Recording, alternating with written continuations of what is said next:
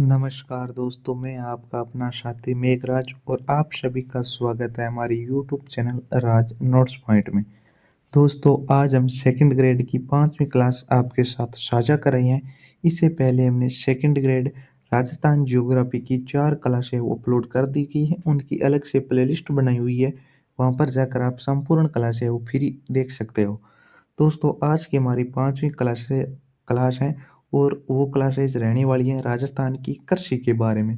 दोस्तों, यहाँ से आपके एक क्वेश्चन यानी 2 नंबर आने वाले हैं, तो इस क्लास को एंड तक ज़रूर देखें और आपके कितने क्वेश्चन सही हो रहे हैं, वो भी आप कमेंट बॉक्स में अपनी राय ज़रूर बताइए। तो चलिए दोस्तों, बिना टाइम वेस्ट किए वीडियो को शुरू करते हैं। आज का हमारा पहला क्वेश्चन है कि रबी की फसल का उदाहरण है। यानी इनमें से कौन सी एक फसल है जो रबी की है और बाकी सभी है वो खरीफ की फसलें हैं। तो मक्का या सोयाबीन या मूंगफली या अलसी। अच्छा क्वेश्चन है, क्योंकि कृषि में इसी प्रकार के क्वेश्चन आने वाले। और मैं आपको एक और बता दूं कि जो भी पिछली 2025 में सेकंड ग्रेड के एग्जाम हुए हैं और उसमें कृषि के किस प्रकार के क्वेश्चन पूछे गए हैं, वो भी क्वेश्चन मैं आपके साथ साझा करने वाला हूँ। तो चलिए दोस्तों, टाइम बिना वेस्ट किए सीधे वीडियो की ओर चलते हैं। तो पहला क्वेश्चन है कि रबी की फसल का उदाहरण है, तो मक्का है, सोयाबीन है, मूंगफली है या अलसी है। तो दोस्तों, इसका हमारा डी ऑप्शन है वो सही हो रहा है, यानी इसका सही आंसर होगा अलसी। रबी की फसल का उदाहरण क्या है? अलसी। तो पहले का हमारा डी ऑप्शन है वो सही बैठ रहा है। आगे बात करते हैं नेक्स्ट क्वेश्चन की, किस फसल की खेती हेतु 15 से 24 डिग्री सेंटीग्रेड तापमान एवं 100 से 200 सेंटीमीटर वार्षिक वर्षा की आवश्यकता होती है। दोस्तों, वेरी वेरी इंपॉर्टेंट क्वेश्चन है और इस बार है वो क्वेश्चन ये छपने की पूरी पूरी संभावनाएं है। तो यानी किस फसल की खेती हेतु 15 से 24 सेंटीग्रेड तापमान एवं 100 से 200 सेंटीमीटर वार्षिक वर्षा की आवश्यकता होती है। तो वह फसल कपास है या गन्ना की है या चन्ना की है या बाजरे की है। यहाँ पर थोड़ा बाई मिस्टेक हो चुकी है नाम के अंदर, तो कोई बात नहीं, समझ आना, यहाँ पर बाजरा है। तो इसका सही ऑप्शन है हमारे दूसरे का, तो बी ऑप्शन सही होगा। यानी गन्ने की फसल के लिए कम से कम 100 से 200 सेंटीमीटर वार्षिक वर्षा और 15 से 24 डिग्री सेंटीग्रेड और तापमान की आवश्यकता होती है, तभी है गन्ने की फसल अच्छे से पकती है। इसलिए दूसरे में हमारा बी ऑप्शन है वो सही बैठ रहा है। तो दोस्तों, हमने सेकंड ग्रेड के साथ में करंट अफेयर्स की क्लासें भी अपलोड कर रखी हैं, तो आप जाकर ज़रूर ज्वाइन करें। और सारी क्लासें हैं वो एकदम निःशुल्क हमने रखी गई हैं। इसमें आपके से किसी भी प्रकार का कोई प्राइज है वो नहीं लिया जाएगा, तो ज़रूर ज्वाइन करें। आगे बात करते हैं नेक्स्ट क्वेश्चन तीसरा कि राजस्थान के इसबगोल उत्पादक जिले हैं। तो राजस्थान में किस जिलों में सर्वाधिक इसबगोल है वो उत्पादन होता है? तो इसमें उदयपुर, राजसमंद और चित्तौड़गढ़ होगा, या जालौर, पाली और बाड़मेर होगा, या कोटा, बूंदी और झालावाड़ होगा, या सवाई माधोपुर, टोंक और करौली होगा।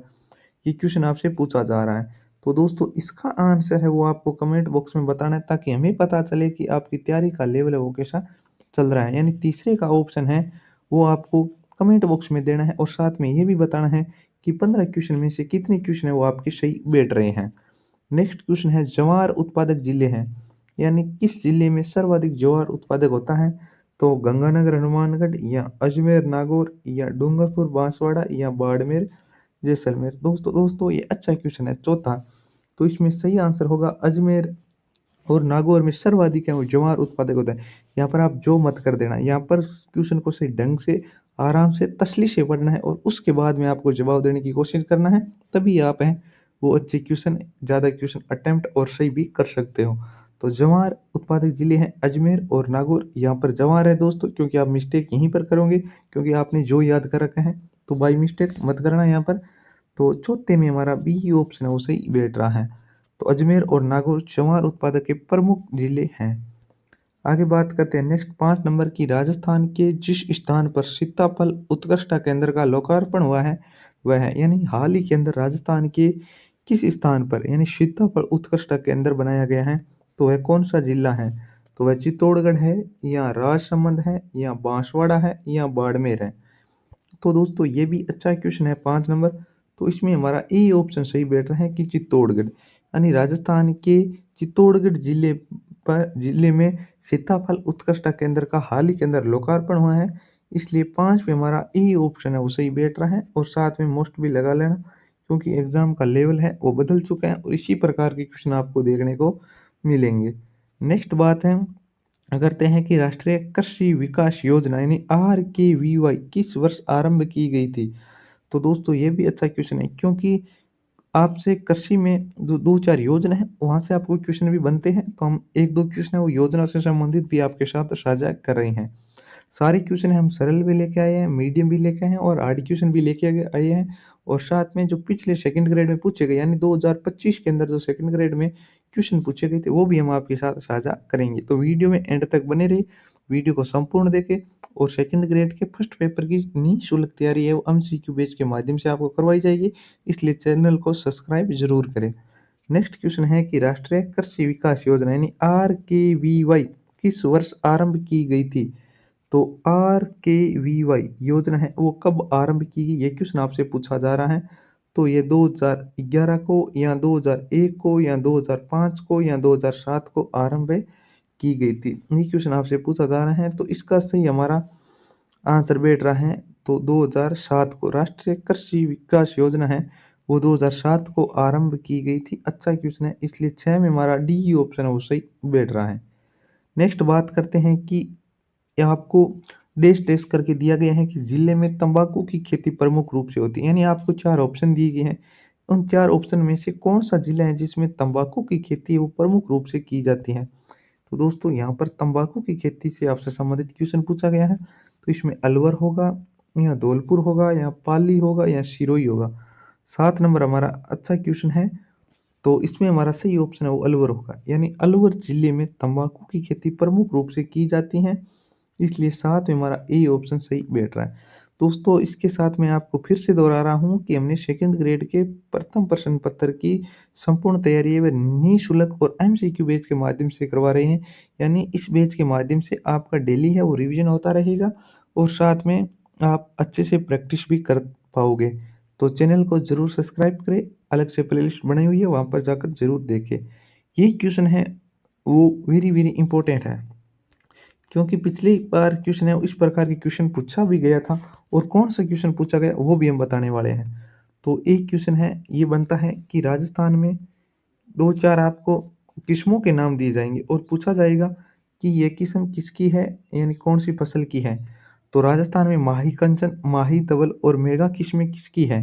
तो अच्छा सा क्वेश्चन है, तो ये मक्का की होगी या चावल की होगी या गेहूं की होगी या चन्ना की होगी? तो 8 नंबर में आप चावल मत कर देना दोस्तों, क्योंकि अधिकतर विद्यार्थी हैं वो चावल के अंदर भाग लेंगे, यानी माही कंचन, माही धवल और मेगा है वो चावल के अंदर आती है।